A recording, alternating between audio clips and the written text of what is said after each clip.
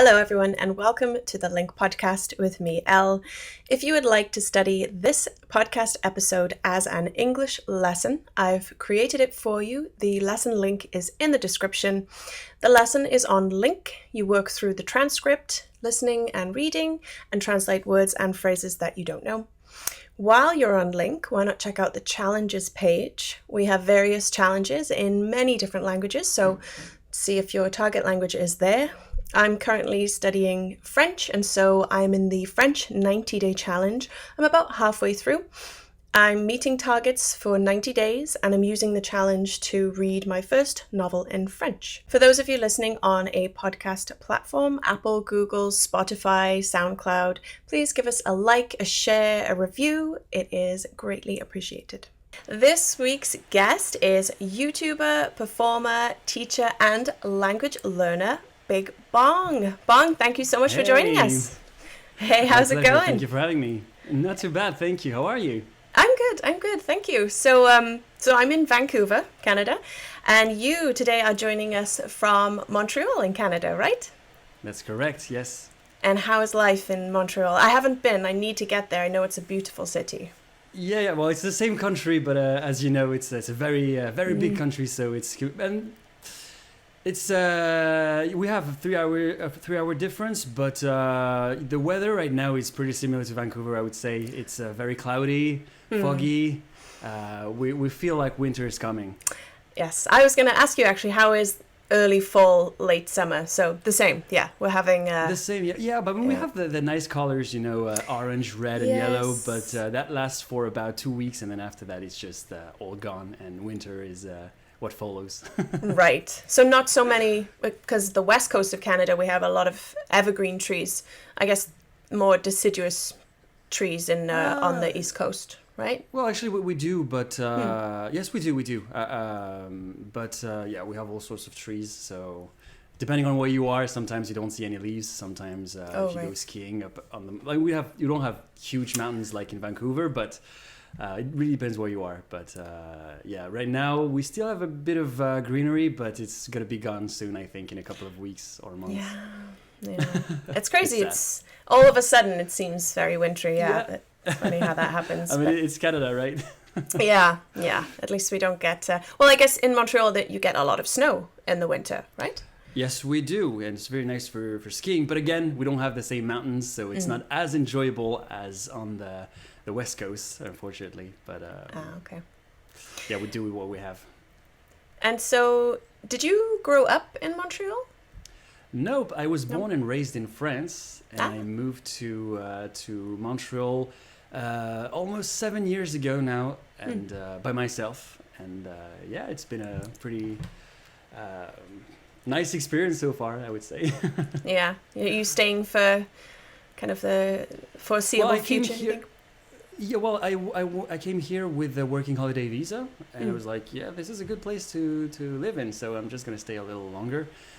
And then after that, I completed a master's degree at a university here. And, congratulations. Now I'm working, so, time flies by, but Montreal keeps me here, so I'm staying. Yeah. So you grew up in France. So tell us about your kind of childhood, because reading up on you, I read that you spoke multiple languages growing up. Is that right? Yes, well, multiple is a big word. Yeah. So I was born in France. My father is half French, half Lebanese. But unfortunately, he's never spoken the language, so Arabic was not part of the languages I could speak growing up. And also my Lebanese family's, everybody in my Lebanese family is fluent in at least English, French, and Arabic, so they would speak in French to us. So it was French, and my mother is Japanese, so my mother tongue is literally Japanese. It's the first language I've ever spoken. So it's mainly the two languages, and after that at school we started learning English, German, and Spanish, and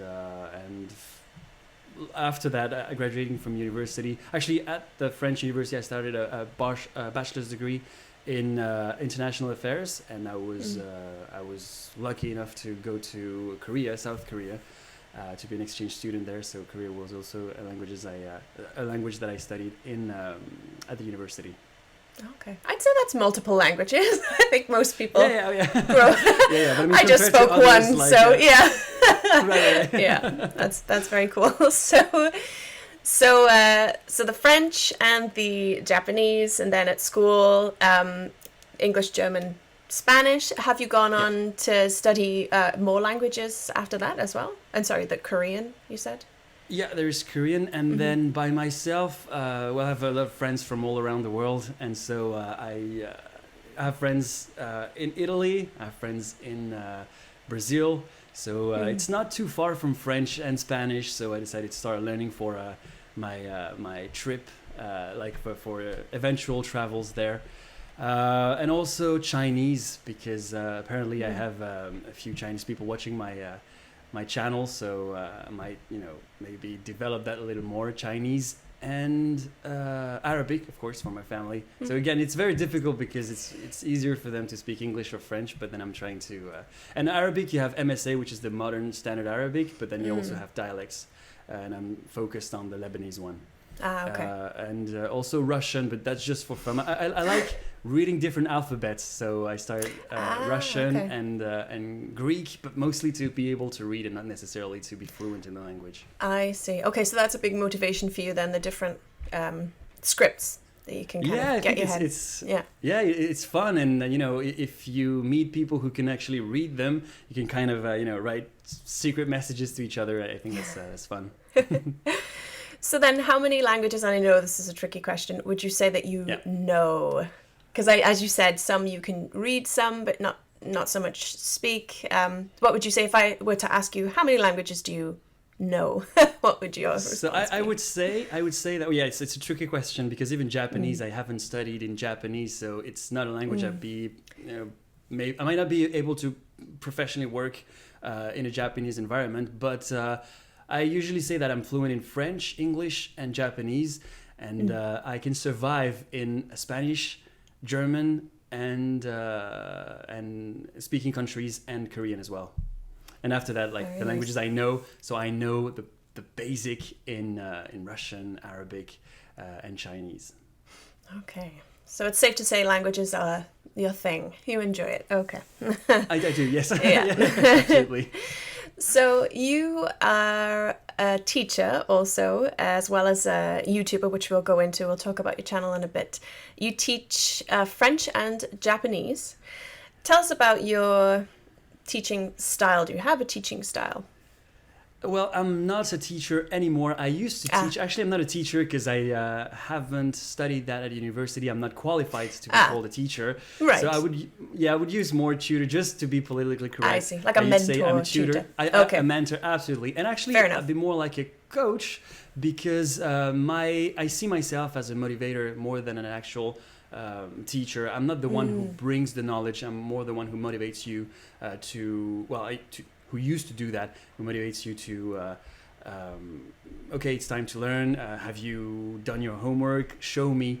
More that approach than actually teaching, okay, we say that way, we do things this way.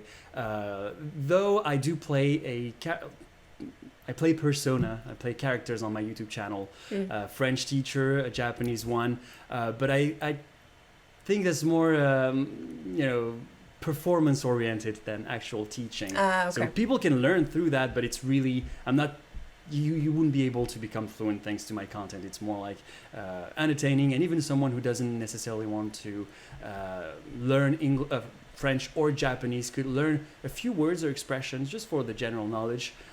So that's more my approach than being an actual teacher or tutor. So I used to do that before, but now I have a full-time job working in communication and marketing. I have my YouTube channel, but I do not teach anymore. The following question was, how do I... So there's teaching and there's learning. So my methods would be... when we think about a language learner, we usually have in mind someone who's sitting at a desk, surrounded by books, and who spends hours studying. I'm not really like that. I'm more of a field guy, and the way I learn languages is really being traveling or through the internet, meeting people and speaking and trying to really encourage. Yeah, on the field and having no choice but to ask how do you say that, or so I'm not really a book person. Don't get me wrong, I'm not saying that I don't like reading books, but it's not the way I learn languages. And so yeah, traveling was mainly the way I learned languages. And again, as you said, as we said, I started learning English, Spanish, and German when I was in high school back in France.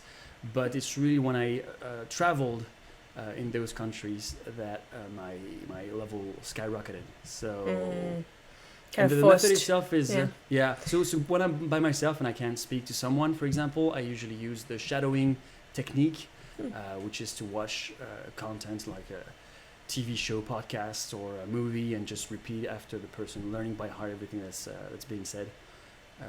So yeah. Great. I find that really effective too, the shadowing technique. It's kind of exhausting, I find. It is. Maybe I'm time-consuming, too low but level. it's efficient. Yeah. Yeah.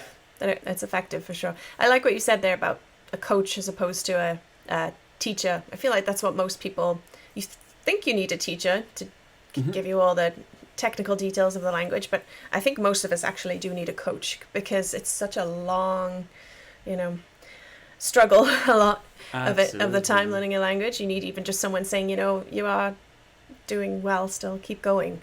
Yeah, for sure. But you're not doing that anymore. You're busy. You are running your YouTube channel and you have a full-time job. So tell us about your YouTube channel, BigBong.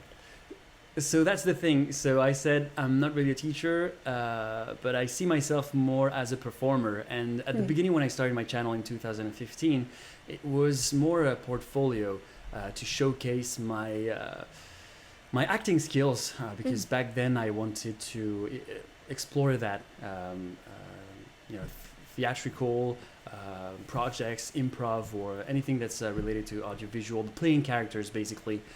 So that's also my way of learning languages, playing, because we don't have the same behavior when we speak a different language because it's very cultural. It's not just the linguistic, it's also the body language, how you express yourself through your voice, the pitch. That's funny also, sometimes people see me switch from speaking French to answering on the phone to my mom and speaking in Japanese, and they say you have a completely different voice.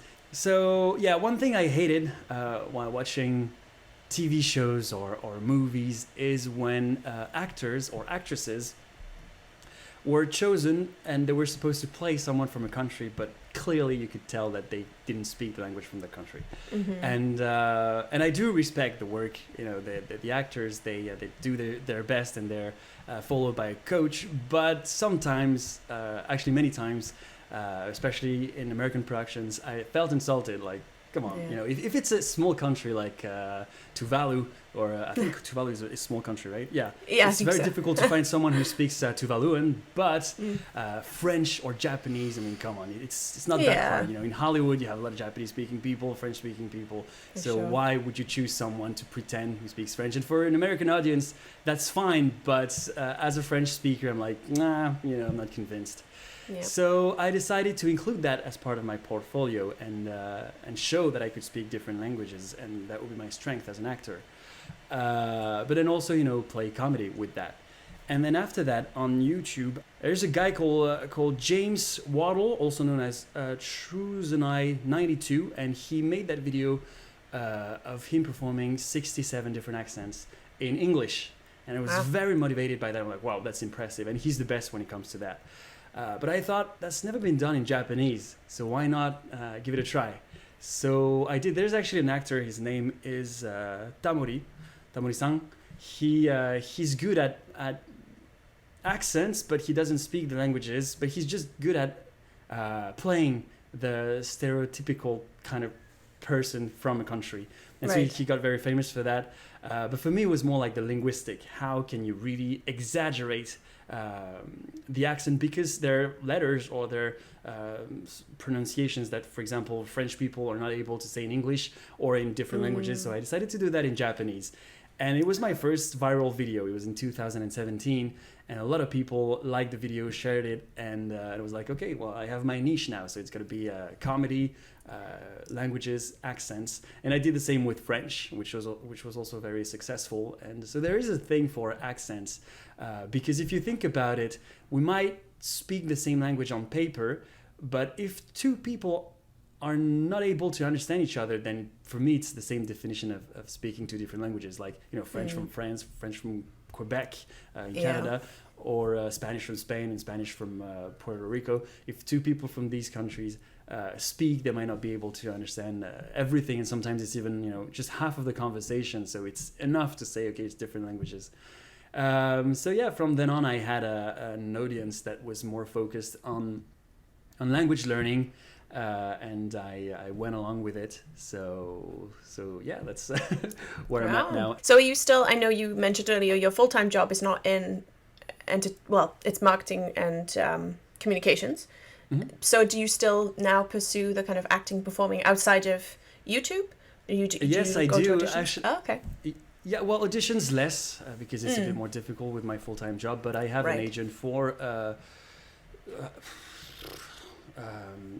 to appear as an extra in movies. So that's a bit more cash on the side, and it's also you earn credits, and so you can really call yourself an actor when you're doing just extra work. But it's fun. You're on a set, and it's nice to see all the cameras, all the actors. We have there are a lot of big productions. It's the same in Vancouver, but in Montreal we have a lot of American productions coming here because it's a bit cheaper. Right. So there was a movie actually, Fatherhood, with Kevin Hart. And I was I appeared 2 seconds in there, and a lot of people were like, "Yeah, I saw you in the movie." Oh, no way! Cool. People actually could see it. That's great. That's great. Yeah. So it's fun. Of course, I'd like a bit more if I can, but it's a very difficult and unstable environment. So for now, I have my job. I have my YouTube channel, so it's perfect right now. Yeah. So I'm not asking for more. How about the French-speaking movie and TV industry? Is there a lot of call for? Right. So that's a bit tricky here because they have a different accent, which of course. I could fake it, but it's not authentic, and I think they're looking for local people. So yeah, on the paper I am allowed to work here. And they also enjoy. They're trying to promote also diversity, because I fall into that category as well. But to be honest, no. Every time I have auditions for French speaking content, it doesn't work because of my accent. That's so dang, because you speak French and you're in this French-speaking, movie and TV industry city. That must be annoying. But at least, like you say, more American production companies are in Montreal because it's cheaper to film there, so you get those opportunities. So and they're more flexible with the English. Actually, you can have a British accent, you can have an American accent, you have a Canadian accent. They're a bit more flexible with additions and things like that. But to be honest, the work I do is mostly for ads or extra or things like that. Not too serious at the moment, but we'll see. Maybe I'll be contacted by an agent soon, and it's going to change. But for now, I'm happy with YouTube and my current job. Excellent. So, Bong, tell us about the languages that you are currently learning. Are you actively studying any languages right now?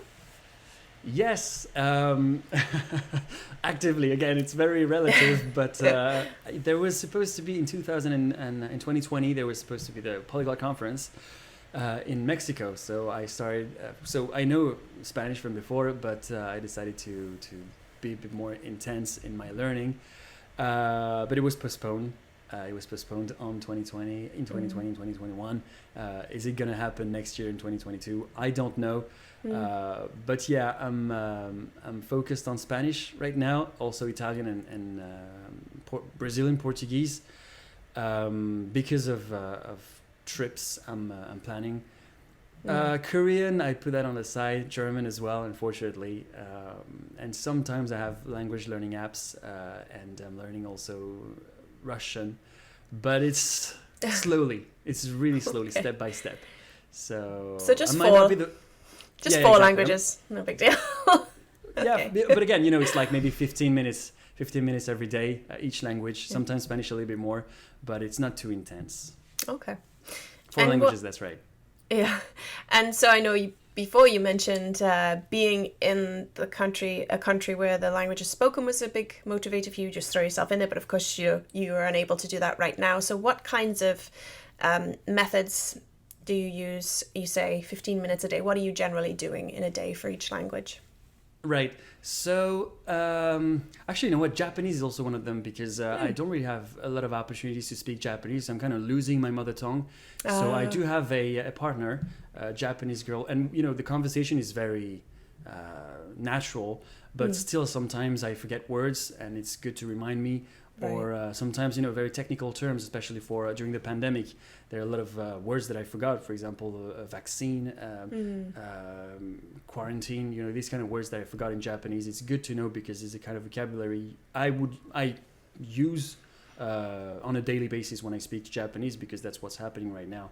Yeah. So the ideal situation for me is to have a language partner, a language buddy. I do have that for Spanish. I do have that for Japanese. My level in Portuguese and Italian is not there yet, so I still need to learn a bit more by myself. So yeah, I try to call. Usually I say, okay, we have 15 minutes, and it's an exchange. So we call for 30 minutes, and then it's 15 minutes of... So my Japanese partner, she wants to learn French, so we speak 15 minutes in Japanese, 15 minutes in French. For Spanish, it's the same. She's from Colombia, and we speak 15 minutes in Spanish and 15 minutes in English, but it's always a bit longer than that. But yeah, if you can find a language buddy, of course, at the beginning when you don't even know the grammar or any structure, it's very difficult. But I guess it's pretty easy to get to that plateau, and then after that start speaking. So that's what it looks like. I'm trying to call maybe 3 times a week for Japanese and Spanish. So during the evening after work, one day would be Japanese and one day would be Colombian Spanish. And during the weekend, I would have a break, no intense language learning. And apart from that, during the day when I have a bit of time, like during my lunch break, just have a nap and play on it for about 15 minutes again. And I think I don't know if it's working pretty well for me, but it's better than nothing. And at the end of the day, I'm looking back and I'm like, yeah, I learned something today, Exactly, right? You think once you're in it, you can't see how much you're progressing, but yeah, you are always, for sure. Excellent. Well, tell us a bit about your channel then. What can anyone who will go from this interview and subscribe to your channel expect from the channel moving forward? Yes, so that's also a very tricky question because, I read, of course, a lot of articles about how to grow your channel, how to have more subscribers. But the problem is that, and everybody says that, all the experts, they say if you want to strive, you need to find your niche. My niche is the language and culture community, but you have to stick to it. And usually when you study a language, then it's supposed to be one language. Actually, it's not true. I have a lot of friends who their channel is about learning any language, but to be more successful, I should ideally just stick to one language. Okay, I'm going to teach French, and that's the only thing I'll be doing, and maybe have another channel for just Japanese. But for me, it's really like, no, I don't really follow that rule. I'm just doing whatever I want. So you'll find videos of me singing. You'll find videos of me, again, with playing different accents, impressions and things like that. You'll see me teach, playing characters to teach Japanese, French. I'll invite people also. That's something I'm very, I like doing because it changes, just speaking to a camera, editing can feel pretty lonely. So sometimes I have guests coming. So it's a bit more enjoyable for me too. I would learn a new language. I did that with Romanian. I did that with Arabic. I did that with a couple of languages and also accents as well. So yeah, it's very difficult to say what type of content I make, but it's always I'm trying to be as entertaining as possible. So yeah, again, as a performer, I think if I had to describe my channel in one word, that would be entertainment. Yeah, to be entertained. Okay. And yes, yeah, if you I hope, that's my hope, that if you watch my video, one of my videos, you'll at least be able to learn one thing from it. And if I can put a smile on your face, then that's also what I'm aiming for. But if not, then that's fine. Excellent. I like that. It's authentic. It's self-expression. You know, Thank you. People like that. You know, it's real. Excellent. Okay, well, Bong, thank you so much for joining me today. It's been a great chat. I will pop the link to your channel, and I know you're active all around Instagram and TikTok, I think, as well. So I'll pop those links in the description. And thank you so much, and enjoy the rest of your day. I guess, what are we? You're in the afternoon now in Montreal, right? That's correct, yes. Okay. It's 2:30, yeah. Well, there we go. Enjoy the rest of your afternoon and evening. And thank you so much for joining us. Thank you so much. Thanks. Bye-bye. Bye.